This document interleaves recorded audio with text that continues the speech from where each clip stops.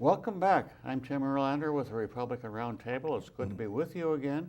And with me once again is my co-host, Mark Sullivan. Yes, Mark, it's good to see you. Good to be back, Tim, and we have an illustrious guest with us, don't we? We certainly do. We have the chairman of the 5th District GOP. How are you doing? And you are Dave Pascoe. Dave Pascoe. Very good. Right. I am going to remember that name eventually. Now it's important. It's all right. It's on. It's underneath my picture. That's great. On the TV, so it's okay. Yeah, we're safe. Okay. And speaking of TV, we want to show some highlights of your convention. Okay. So we're going to do that right now, and we'll be back and we'll resume our conversation. Sounds good.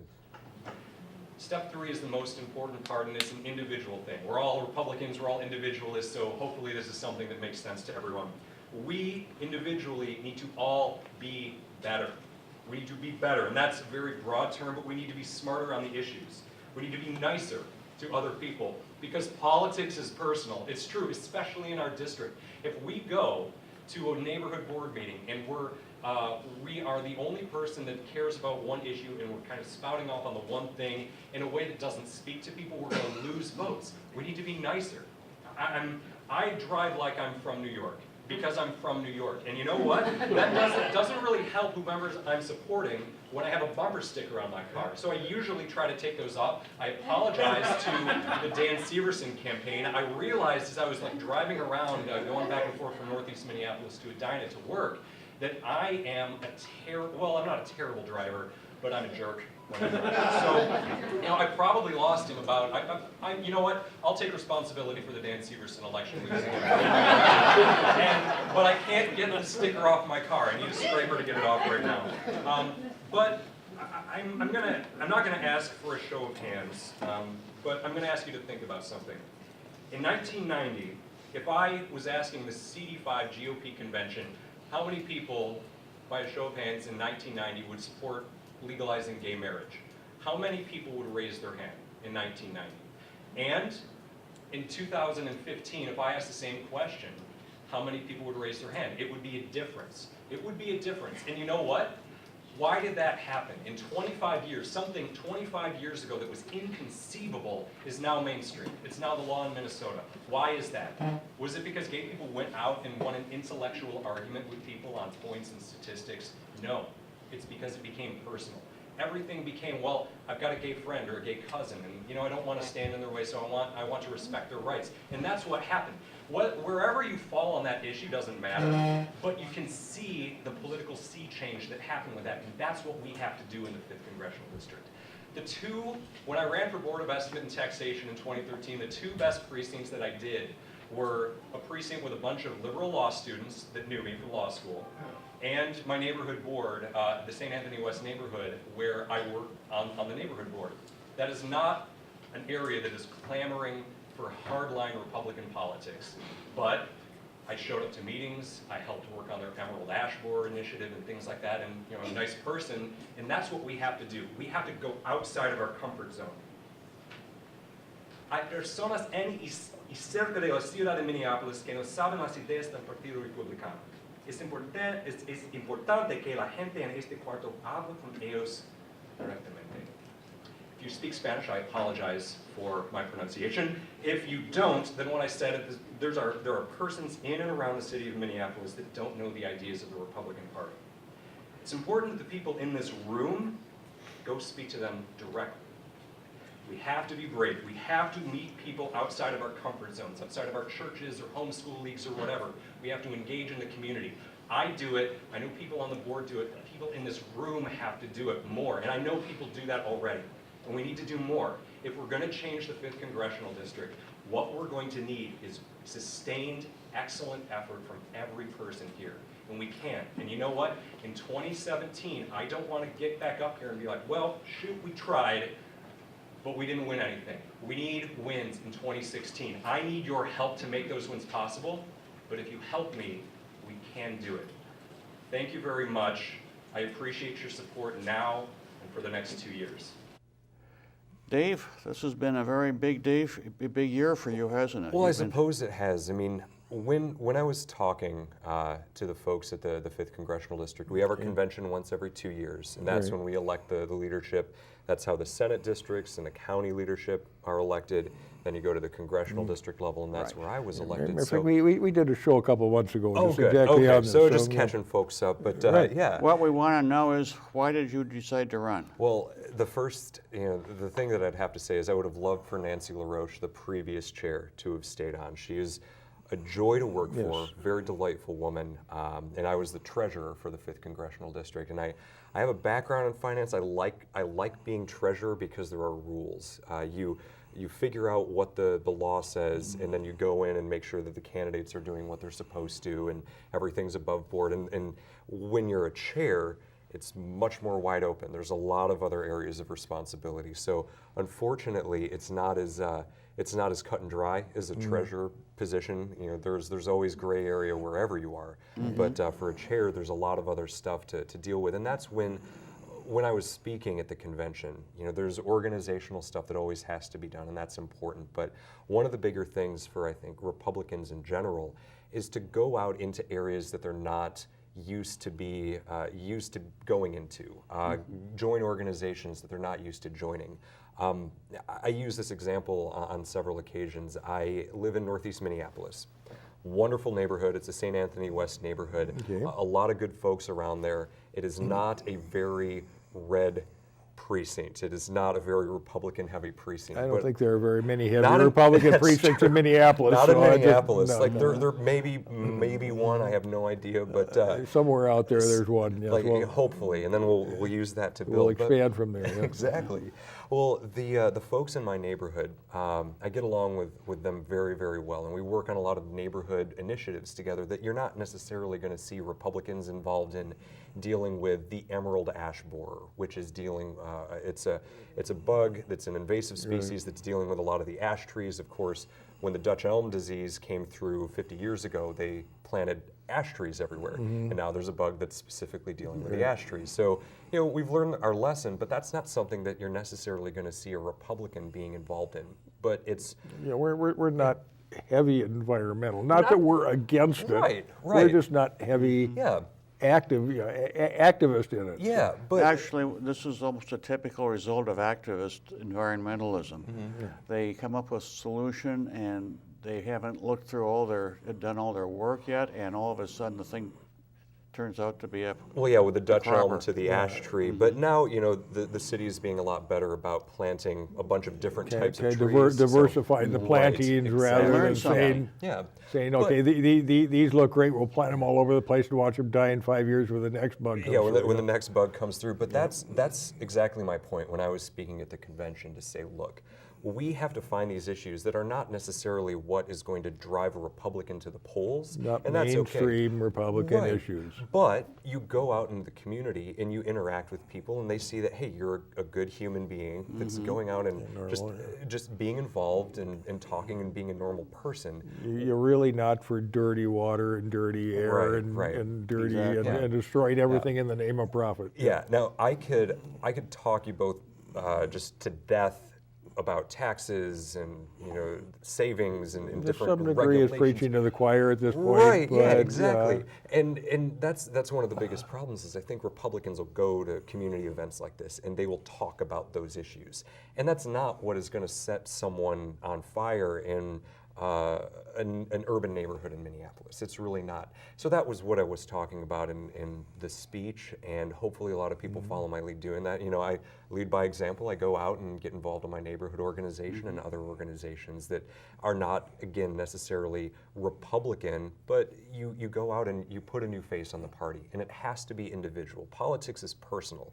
It's deeply personal. Like if someone likes you, they will do business with you. They will be your friend. They will date you. It depends on what the situation is. Yeah.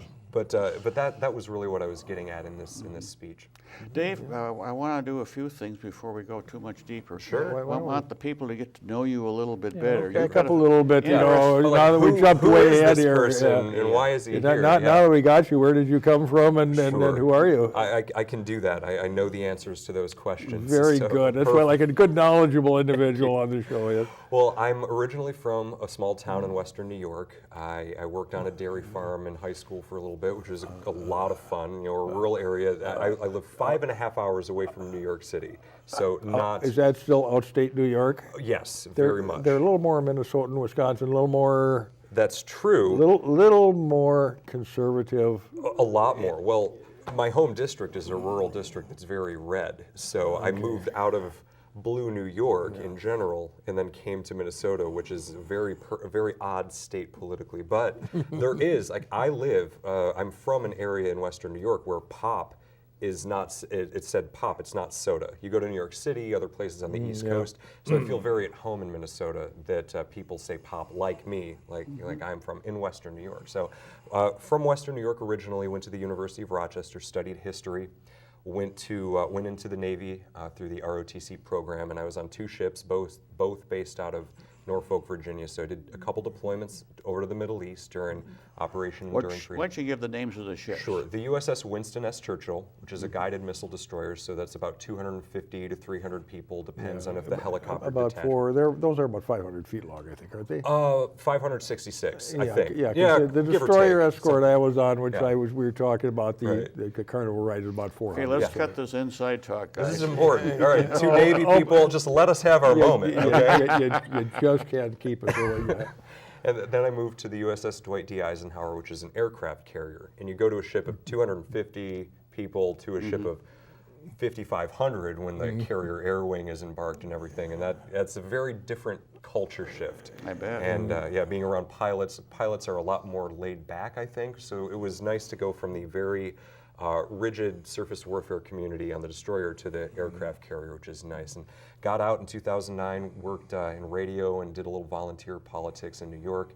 Came out here for law school after I started my MBA, and I finished my MBA. Which law school? The University of Minnesota. So I just graduated in May of last year. Well, so congratulations. Thank you. I'm glad. A lot of hard work there. A lot of hard work. I'm glad it's done. I'm looking forward to never learning anything again now that my schooling is done. Never reading another book. No such thing.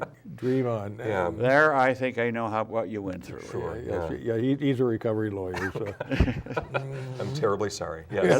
That's okay. He's overcoming it now. That's okay. Well, that's great. No, I got involved in 2012. I've only lived in the state of Minnesota for about 3.5 years, so I'm very new. When I came to Minnesota, 4 of the congressmen were Republicans, 4 were Democrats.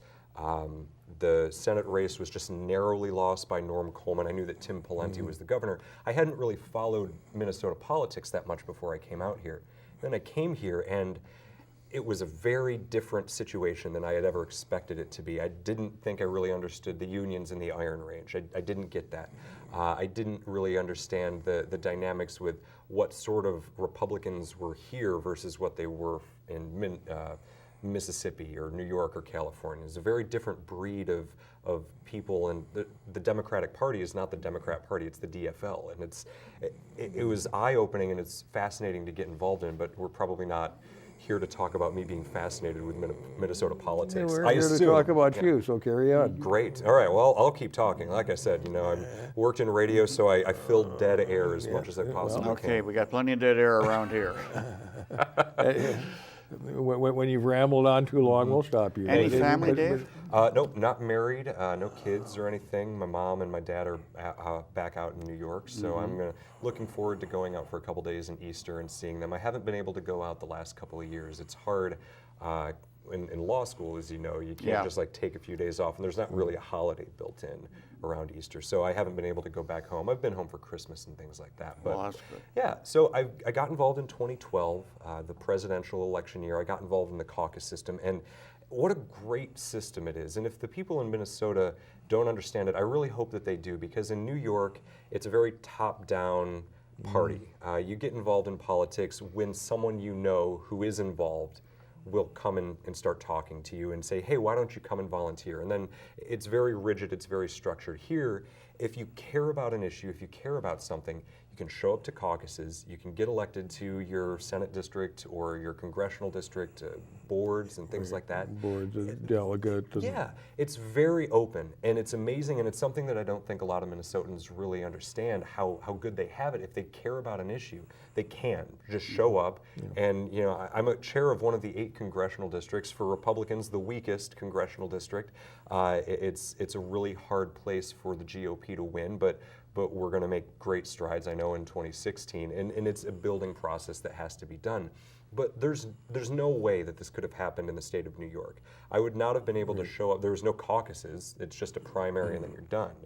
And there's no opportunity to do what I've done. And it's open to anyone, which I think is something very important. I think that people, activists on either side of the aisle, really need to protect the caucus system as much as they can. Well, I know how easy it is to really get involved if you want to in this state. Sure. Because I started becoming, called it kind of a political rebirth in the 90s. And I decided, well, okay, if I'm going to do this, I should at least go to caucus, show up, and and I did, and before I knew it.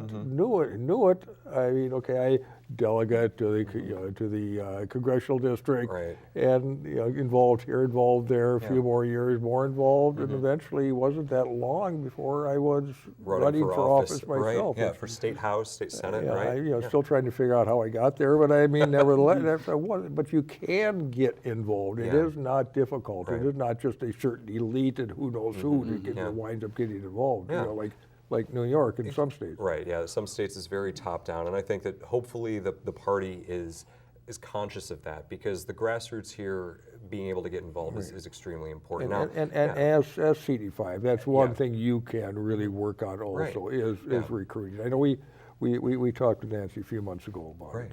Well, one of the bigger things is figuring out in the 5th Congressional District how we're going to turn things around, and that's the biggest question. And okay, so you're in a very, very deep blue progressive district. Keith Ellison has no problem saying he's a member of the Progressive Caucus. He's going out there and he's going to take down capitalism because it's full of all these evil people that are just trying to take money out of the mouths of poor children, which is of course not true. I mean, we have everything that we do. We're able to take time out of our schedules, take time away from our families to come here and have this discussion, because capitalism has provided us the things that we need to survive on a day-to-day level, the technology that we need to have a political conversation about this stuff. But it has to be done just broadly on the 5th Congressional District. It has to start locally, which is why a year and a half ago or so I ran for the Board of Estimate and Taxation in the city of Minneapolis. Because the Board of Estimate and Taxation is taxes and debt, which is of course going to light the world on fire with enthusiasm and people just really getting excited about that stuff, which is of course not true, but it's an easier conversation to have as a Republican when you're not talking about social issues. You're not talking about anything that's really going to have someone who is normally a one-issue voter turn off to you. You can have a reasonable conversation about bonding in the city of Minneapolis. Budget and things like that. Income, expenses, and how try to make the two meet. Sure. Now, I find it very interesting when a lot of the DFL politicians in the city of Minneapolis especially will co-opt a lot of pro-business language that was pioneered by the Republicans. And of course, when you have some other issues that might turn folks off in the city or in the 5th Congressional District, places like St. Louis Park and Hopkins, certain areas of that might be turned off to the GOP. The DFL is co-opting the business-friendly language, and then it's like, how are we going to distinguish ourselves? And it becomes a liberty issue, I think, in certain situations where every DFL solution, or most of the DFL solutions that I see, are very centered on, we're going to give a waiver for this, we're going to change the regulation to allow this business to thrive. And it's why the DFL is a party of government. Party of government. Like we have a solution. Like we're smart enough. to government controls everything. Says what you can or cannot do.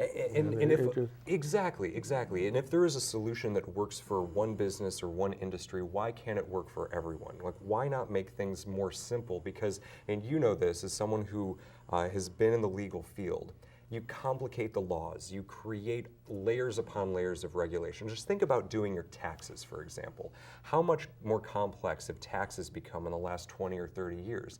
Most people have to hire a CPA, someone who has to go to school, take 4 exams, understand how all this process works. Why?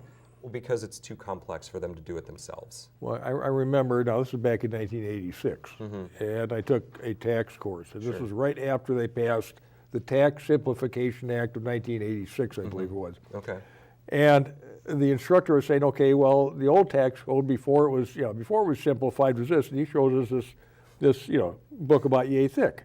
He says, now that it's been simplified, we have this, and he showed us 2 manuals, each one about that thick, so you had about that much.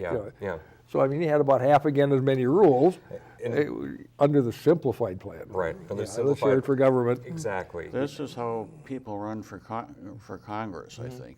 They push a particular bill that gives a tax exemption to constituency X, and then constituency X presumably rewards them with their vote later on. This is what they think politics is all about.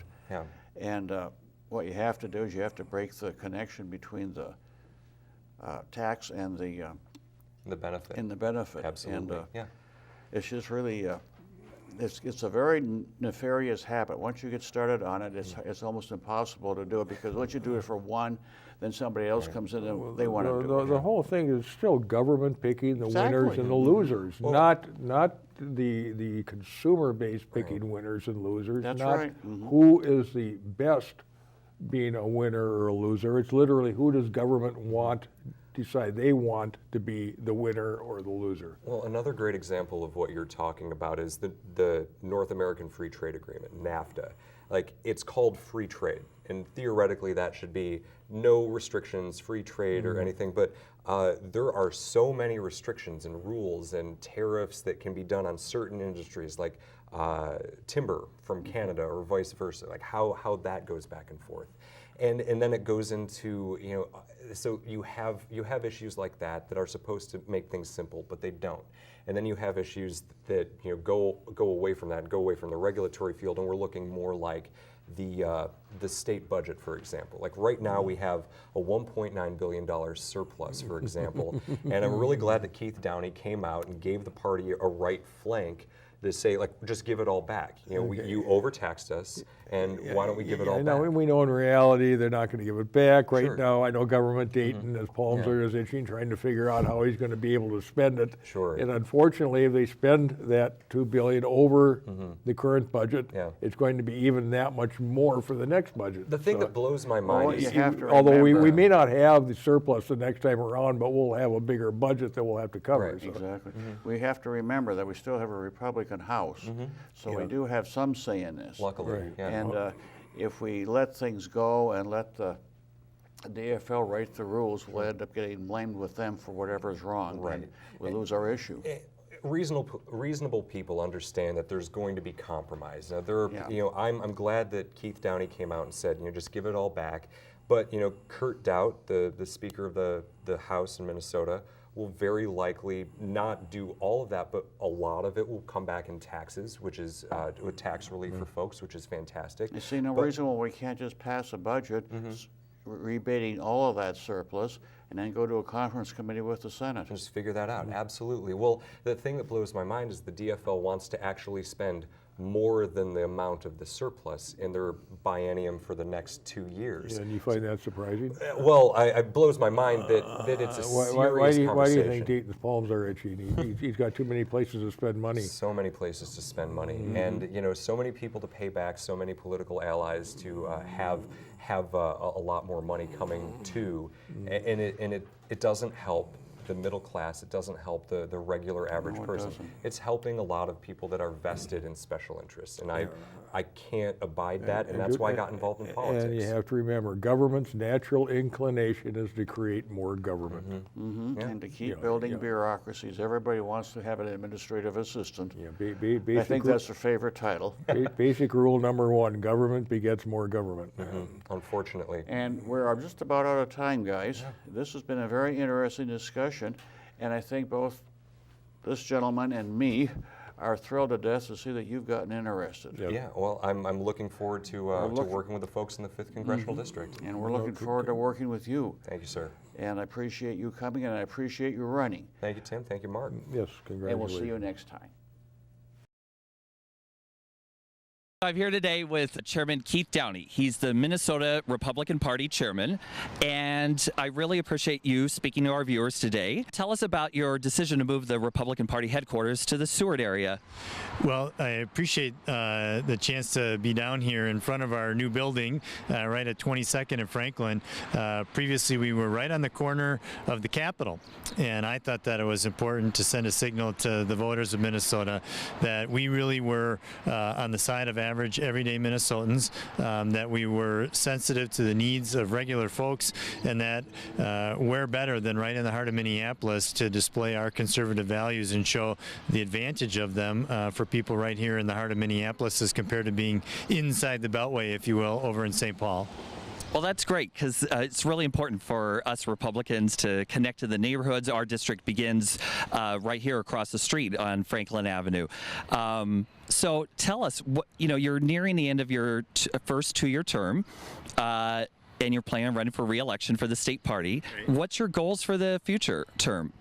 Well, we're standing in front of one of them, and that's to continue outreaching to constituencies here in Minnesota that we, frankly, just haven't done a good enough job interacting with and letting them know what we stand for and that what we stand for is good for them. So a really intentional outreach focusing on the solutions that Republicans offer will be one. There's a number of other things from a state party perspective. How do we build the financial resources to compete? How do we build this broader enterprise of GOP groups to compete in elections, build out our local grassroots functions so that we have a precinct level get out the vote. There are a number of things that we need to do, but none of them is more important than really what we are standing for here, which is to get back in front of the people of Minnesota. You know what? We do care, our ideas work, and we plan to lead. We just need to get in front of people and let them know that. That's great. And one of the great accomplishments we've seen is having new affiliate chapters representing different populations of the Minnesotan community. And it's been great working with them through your affiliate meetings. Great. What are some of the activities that you're doing to reach out to the community to expand our Republican tent? Well, your comment about our affiliate groups is a good one. We have Republican seniors, we have college Republicans, we have young Republicans, Somali, African American, Hispanic, veterans groups, all kinds of groups that are now becoming more tightly integrated with the Republican Party. And so we've done a lot of fun things. We've had a number of open house meetings right here in our building, a Young Republican event coming up right here in the pizza shop on the main floor. Cinco de Mayo, participating with the booth there, part of the Kajug celebration with the booth there right here in the heart of Minneapolis. So the location has afforded us a really great opportunity, not just to get to know people on the political issues, but boy, we've had a lot of fun doing it too. That's great. Because the Republican Party is all about having fun. So, Chairman Keith Downey, thank you so much for speaking. We look forward to seeing you in our Bloomington studio in the future. Great. All right, thank you so much. Thank you, Steve.